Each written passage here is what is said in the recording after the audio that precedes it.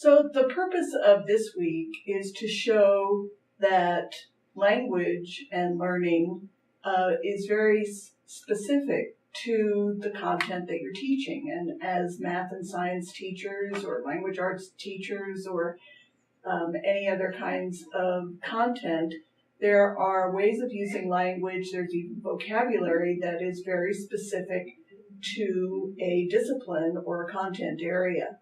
And back in the early 70s, when I was an undergraduate, I had an experience that has never left me. And it I think, helps to show exactly what this means in terms of language and content area and what we need to be aware of, especially if students in your class speak other languages in addition to English.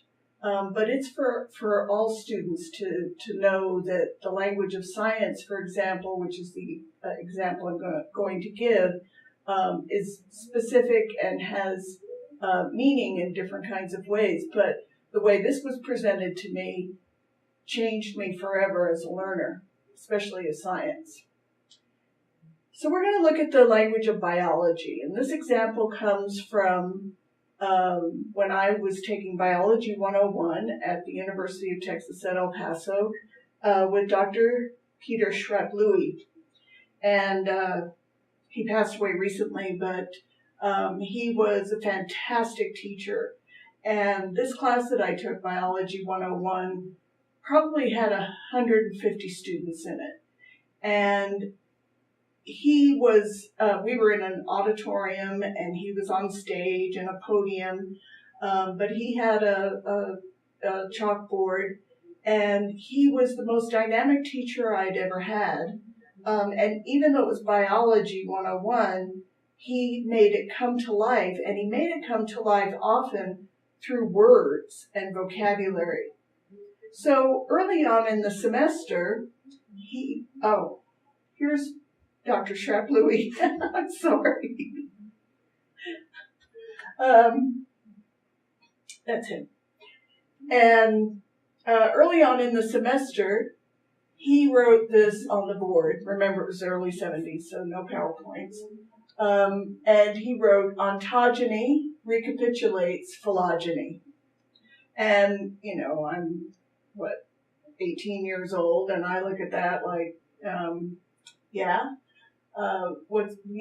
immediately thinking, I'm not going to pass this class.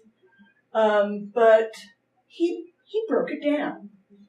And he broke it down with us, in front of us, and said, when you encounter an expression like this in a science class, in a biology class, don't panic. Because these words have meaning, and they didn't come from nowhere. They came from Greek. And much of our scientific terms come from Greek and come from Latin and other languages, but those in particular. And so they have root meanings. And if you get down to the root meaning, then you can know what it really means and understand what it means. And of course, he asked the 150 folks in the room, does anyone know what ontogeny recapitulates phylogeny is? And no one knew. So he proceeded to tell us by using etymology. So he starts with the word etymology. So ology is the Greek suffix for the study of. And etym is the study of the origin of words. So if you study the etymology of a word, you go back to where its original meaning came from. So let's do it. Keep calm and break it down. So we'll start with etymology. So we see that it's a noun, it's part of speech, and the study of the origin of words and the way in which their meanings have changed. So that's what the etym is, and the study of is the ology, and the etym is where the meaning came from. Then he went on to ontogeny.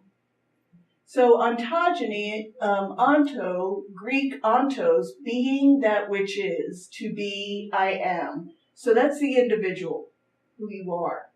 And the suffix geny comes from the Greek, whatever that is in Greek, mode of production. So how did the individual come to be? So ontogeny is the development of the individual, my ontology. Ontogeny.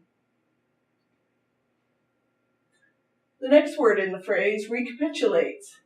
It comes from the Latin re, to restate and sum up, and capitulus is to restate. Phylogeny is the phil part is from ancient Greek as tribe, and pertaining to or derived from tribes, races, or species. And ogeny is the suffix for the Greek mode of production, as we saw with ontogeny. So this time, in contrast to ontogeny, which is the development of the individual, phylogeny is the development of the species. So now let's go back to those three words. Ontogeny, the development of the individual, repeats the development of the species. And in biology, if we look at the development of the human being in an individual or prenatal development, there are a series of developments in the fetus that end up not being fully developed once the baby is born. And these are vestiges of the development of the species.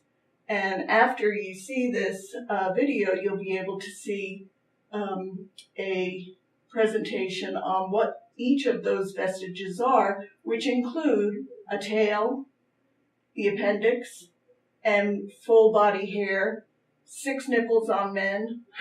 All of these things are vestiges from the development of the species that appear in the development of the individual prenatally, and then when we're born, we just are the individuals that we are.